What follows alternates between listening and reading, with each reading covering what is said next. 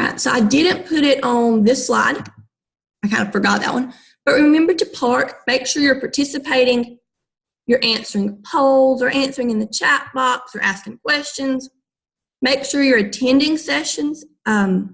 Interims are next week, and then after that, we'll start looking at flexible and required. But make sure you're attending everything. Make sure you return any emails or phone calls, and make sure that you are completing assignments. Your stuff should all be graded and up to date in Canvas and in Infinite Campus as well. I sent you an email yesterday if you're missing some things and ask you to go ahead and get those completed as soon as possible because I'm going to start putting in zeros today. So send me a message or an email and reply to those if you have a question or you're unsure of something. All right, new stuff for today. Real quick, I'm going to review. I know it's been a while since class on Tuesday.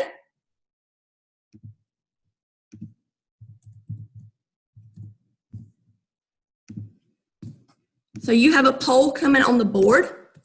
I know sometimes you can't all see polls. And if you can't see the poll, you can just send your answer to me in a private chat message. So question 1, which area shows the climax community of secondary succession? A, B, C, or D? Okay, looking at the image of the forest, which area shows the climax community of secondary succession?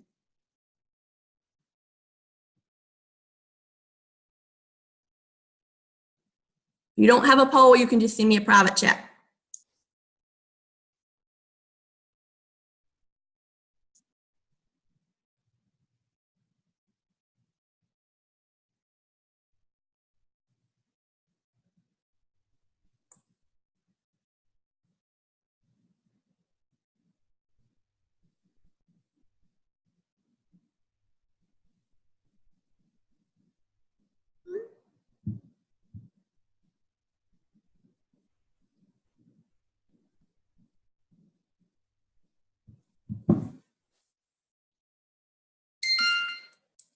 A couple of people send me a chat. Otherwise, we've got a lot of B's, a few C's, a few D's. Ooh, let's look at that. All right, so we have our community. Then we had a forest fire. So letter B is what it looks like after the fire. We pretty much have to start over. Okay? Everything's burned, there's nothing left, we've got to start over. So you've got some pioneer species. Remember those grasses and lichens and mosses, very small, very simple organisms. As time goes on, you get shrubs and bigger, small trees. You're eventually going to get larger trees. And about 150-ish years after the fire, you get down here to letter D. That is your climax community. It means that the environment is fully grown, it's stable. Hey, you've got some more dominant species. You've got large trees. Everything's going good. And it's pretty much going to stay this way unless something happens. Unless there's another fire or a tornado or a disease in the fruit trees. Okay, otherwise, when it gets right here to D, this climax community, it's at the top and it's going to stay that way. To me, I kind of think of this like as people. All right, we've got babies. They're real small, real simple. They don't do a lot. As you get some toddlers, they're a little bit bigger. They can do a little bit more, have a few more things. Older kids, as you get teenagers, they get even taller. They can do more stuff, have more things. Then you're fully grown as an adult. And once you kind of get to an adult size, you pretty much stop growing. You're pretty much kind of stable unless something happens. And that's your climax community, letter D.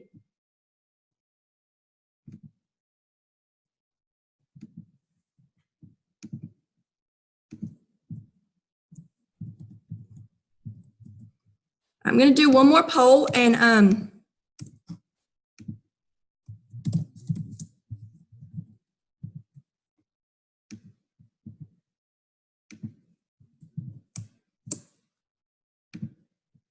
okay, again, if you can't answer it in a poll or you don't see the poll, you can send me a private chat. The number of rhinoceroses has decreased to near extinction. How are rhinoceroses classified under the Endangered Species Act? A, endangered, B, threatened, C, extinct, or D, pioneer?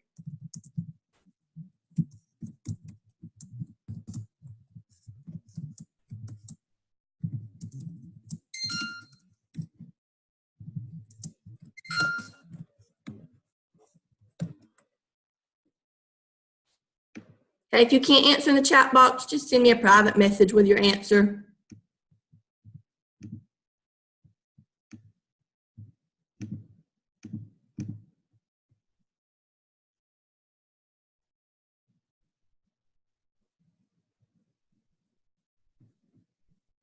All right, guys, I've got like 13 people who answered and 23 other people in here, so make sure you get your answer in real quick. Okay, remember to participate. And it lets me know that you're here and that you're live and you didn't just, walk away. All right, so we've got 4 A's, 4 B's, and 2 C's. When we talk about endangered species, we know they're not extinct yet, thankfully, okay, because it says it is near extinction, so it's not extinct yet.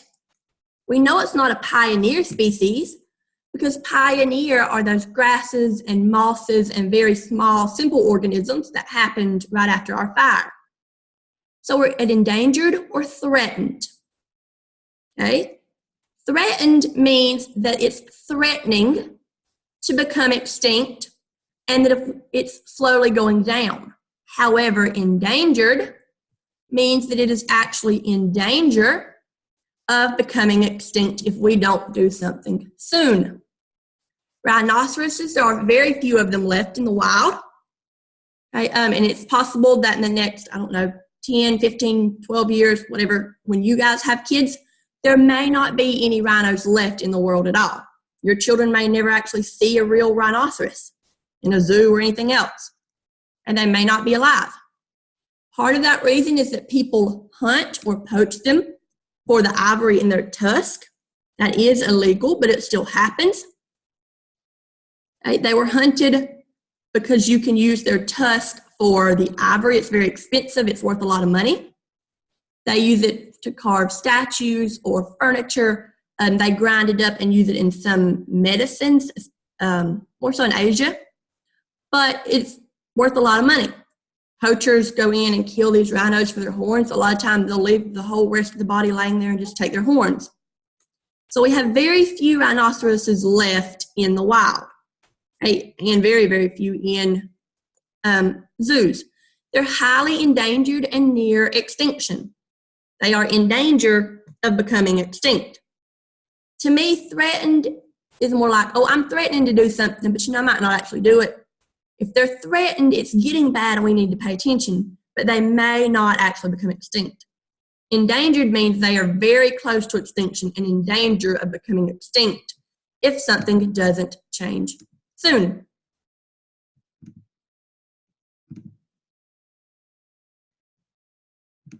We're also going to read about another endangered species, about the orangutan. So to access this document, I'm going to let you pull up your own PDF copy so that you can read it. And then I'm going to take some volunteers to read out loud on the microphone if you'd like. So to open it, in the top left of the whiteboard, there are 3 dots, that little hamburger. Okay, click the hamburger. Or, well, 3, not dots really, lines. It's a little hamburger. So when you click the hamburger, and that is the word the guy from Google gave us when he trained us. I'm not making that up. Okay, when you do that, you'll see an option that says My Attachments. Open that, and it's the only one on there, but it says orangutan. I misspelled that. So go up here on the whiteboard where I'm at. Go up here in the left-hand corner, and you should see those 3 lines. When you drop down those 3 lines, it says My Attachment and Orangutans. go ahead and open that PDF. I still can't screen share. I've been chatting with Jigsaw all week. Still can't screen share. So you're going to open your own copy. And you can go ahead and take just a second. If you would like to volunteer to read on the microphone for us, please let me know now in the chat box or raise your hand. Otherwise, you guys get to listen to me read if nobody else volunteers. All right? So I've got one volunteer. Anybody else?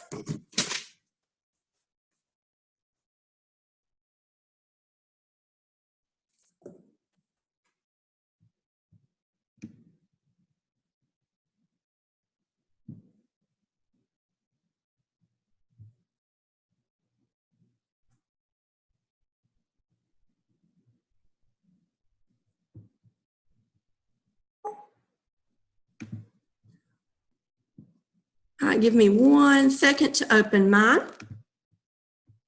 Oh, that's not what I needed.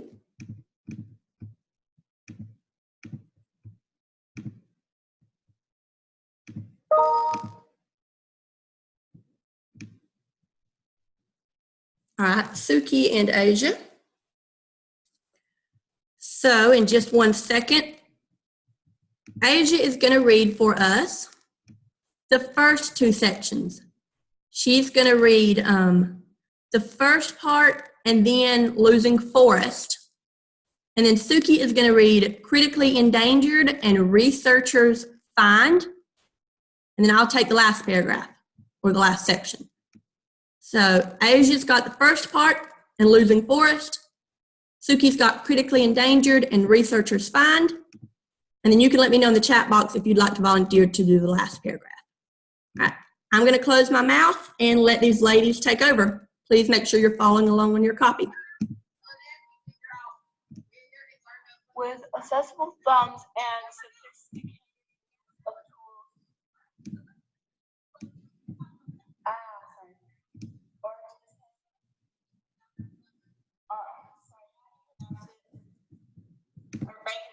Orangutan, uh-huh.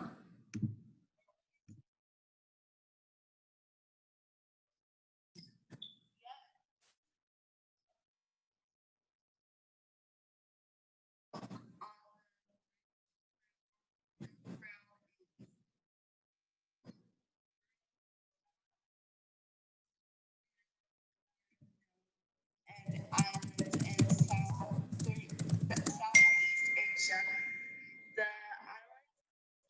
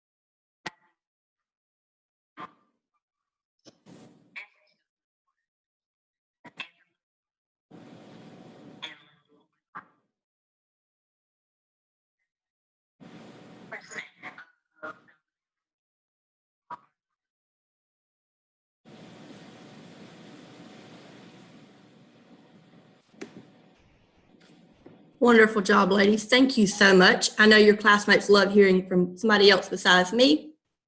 And I enjoy getting to listen to y'all since I don't really get to see you as much. All right, the last part, looking to social media for help. Hunters in Borneo tend to enter the forest to find pigs and deer. Oh, okay. I'm gonna read. Jayla, I think I might have said that wrong. I think you've corrected me before. All right, go ahead. You got the mic.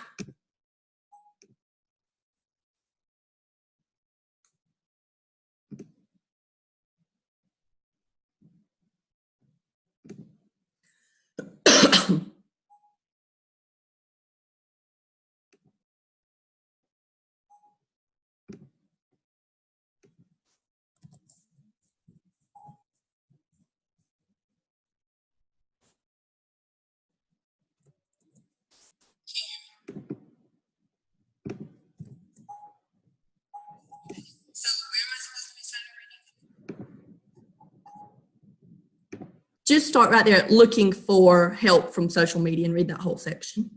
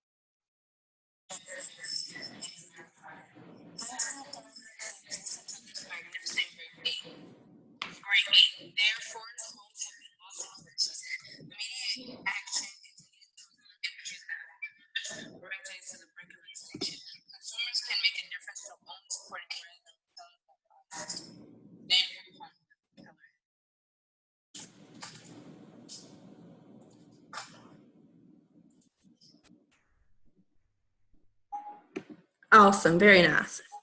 Thank you.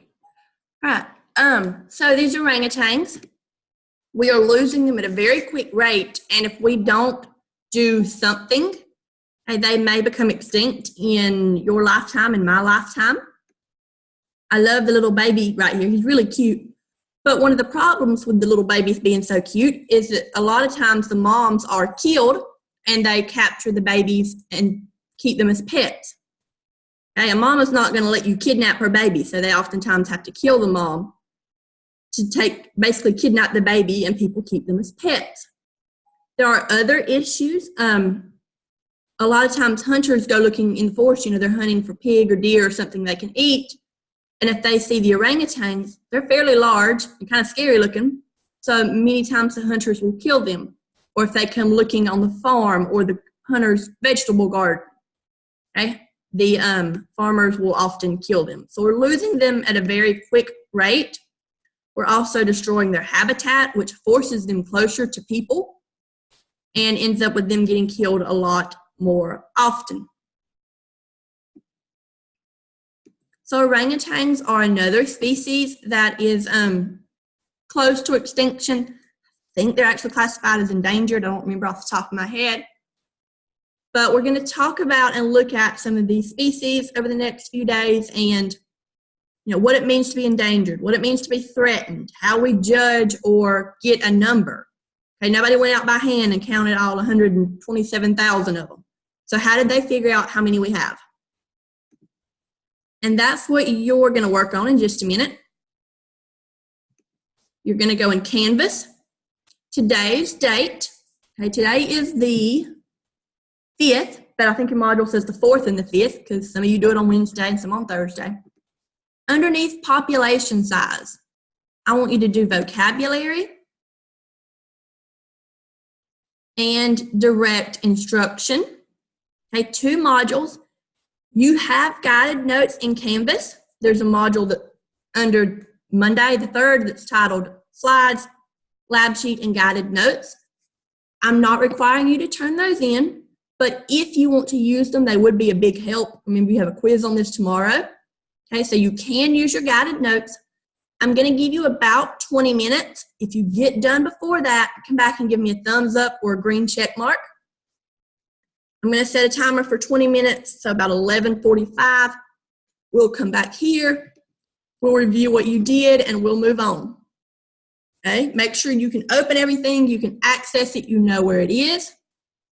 I'm here if you have questions or problems or you need help or something doesn't work. Okay, take about 20 minutes, and I'm going to set a timer, and I'll see you at 11:45. Please don't exit, just kind of minimize me while you work.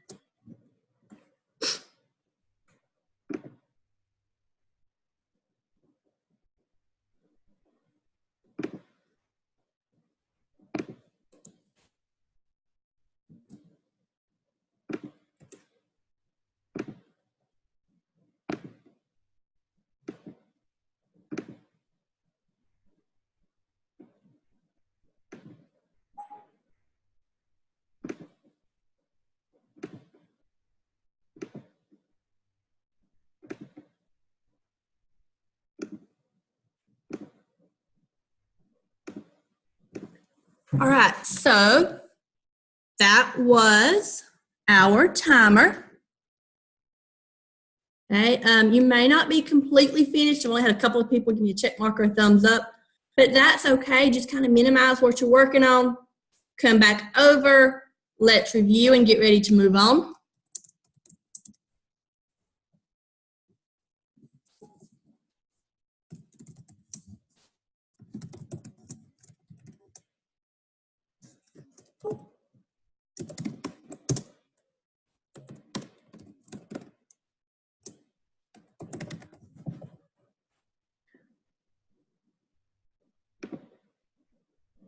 All right, so again, You may not always see the poll. They're working on that. If not, you can put it in a private chat to me. So your first question about migration. Migration is A, the movement of organisms from a native location to a foreign location. B, the movement of organisms from a foreign location to a native location. C, the movement of organisms from their water supply to their food supply. Or D, the seasonal movement of organisms between locations. What is migration?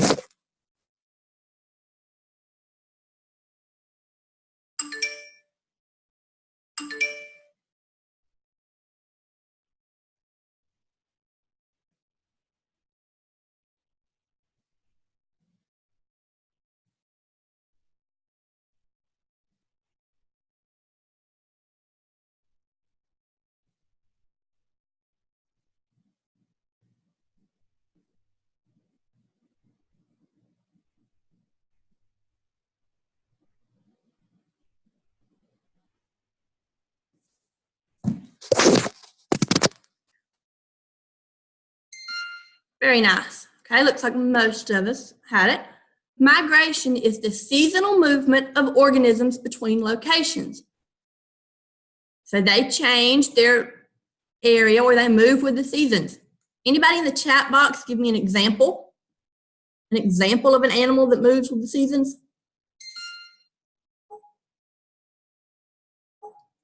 Birds, a lot of birds. Okay, fly south or to a warmer climate for the winter, like geese. Butterflies often do that. Fish like salmon will change, they'll move upstream to have their babies or spawn their eggs, just like turtles, and they come back down. Yep, so a lot of animals move with the seasons. Either it's too cold or too hot where they're at, so they have to move, or they may need to move to find food. If you think about Native Americans here a few hundred years ago in America, they traveled. That's why they had teepees. They could pick them up, move them fairly easily. A lot of them traveled moving after the buffalo or whatever it was, deer, okay, that they were using for food. They moved around to follow their food source. Yes, they were nomadic. Okay, so you have to move to be close to water and food. So question 2, and again, if you don't see the poll, send me a private chat. Lions live in groups called prides. Lion populations would most likely fall in which category of population distribution? A, even, B, random, C, clumped, and D, density.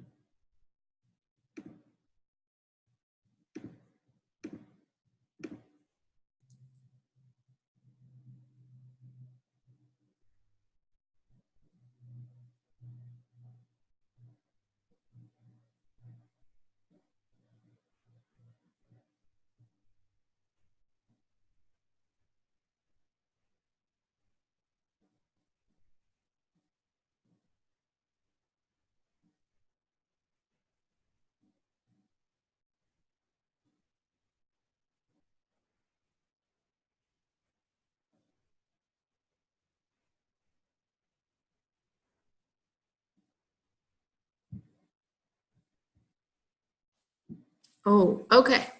So, if you're unfamiliar or you're unsure with, okay, these types of population distribution, check out your notes guide. At the bottom, in the key of it, there is a great definition for each of these. Okay, there's a good definition for each one of these. So how animals are dispersed or spread out. If it's even, we know that there's the same amount everywhere.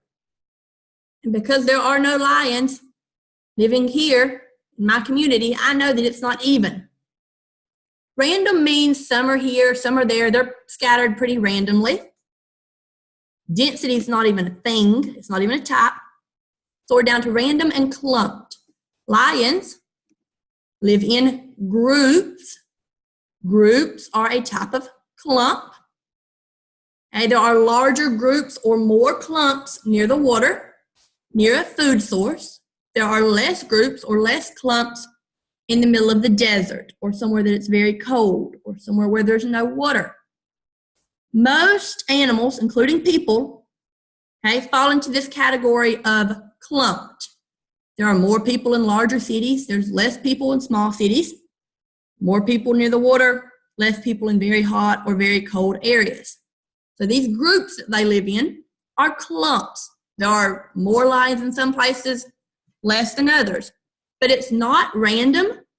Okay, there's a purpose to it. They live near water. They live near food. They live in areas that are more hospitable with grasses and a mild temperature, not super hot or super cold. So again, definitely check out your notes guide for that. There are some good definitions there.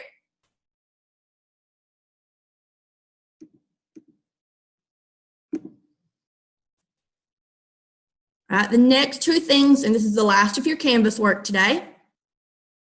We did population size. The next spot is determining population size. So it's two different little modules. I want you to do vocabulary and direct instruction. Okay, last two modules. It says 20 minutes. I'm going to give you guys actually only about 10 minutes because we're running short on time. So then about 12:03, I'll bring you back right here for us to review and kind of wrap up before you leave. So I'm going to give you as much time as I can, about 10 minutes, but you may not finish, and that's okay. It just means that the more you do right now, the less you have to do for homework. Your notes guide is in Canvas. That module is right underneath where it says 9-3, which was Tuesday. There's a module that says slides, lab sheet, notes guide, and you can find and open it there. Again, I'm here if you have questions or problems or you need help. Minimize me. In about 10 minutes, we'll come back over, we'll wrap up, we'll review, and I will get you out of here.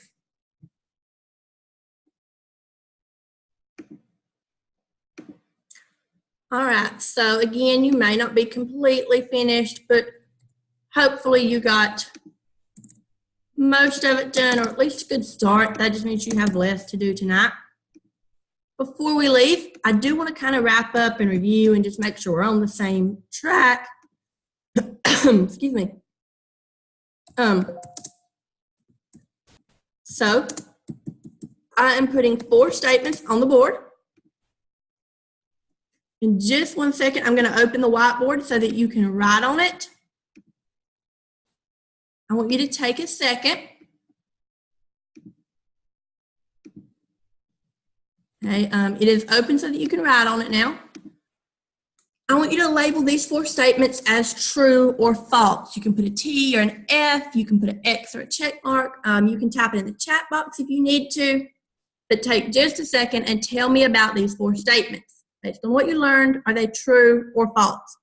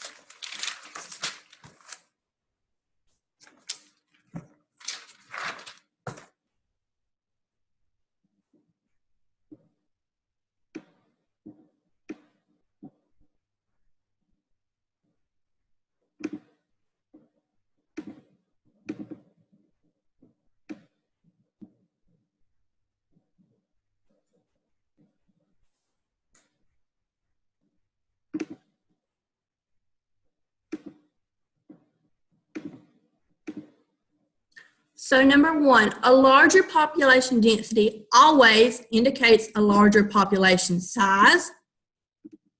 That is false. And just because you have a larger population density, that means there's more in that area. Doesn't mean that you overall have a very large population. Okay? You could have a large population, but it's just a little bit more spread out. So a larger density is only in one area, doesn't mean that you have a larger total size overall. Logistic growth curves are density dependent. You saw that in your Canvas modules, and that is true. Number three, the mark and recapture method of determining population size is always more effective than the sampling method. That is false. Anybody in the chat box want to share why number three was false?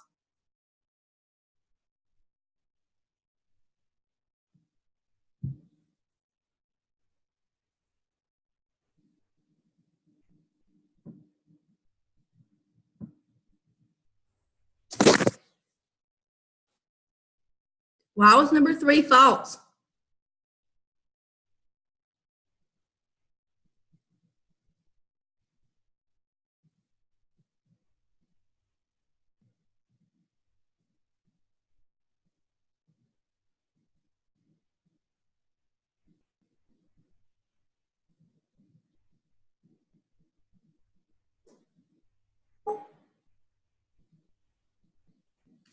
Right, a mark and recapture is an estimate. You mark certain ones you can catch, let them go, and then release them back into the population. That means that later you could come back and look to see how many of those same ones are there. Okay, but animals die over time, or they move, and you may not can find the same ones again. It's more effective usually to take a sample and guesstimate.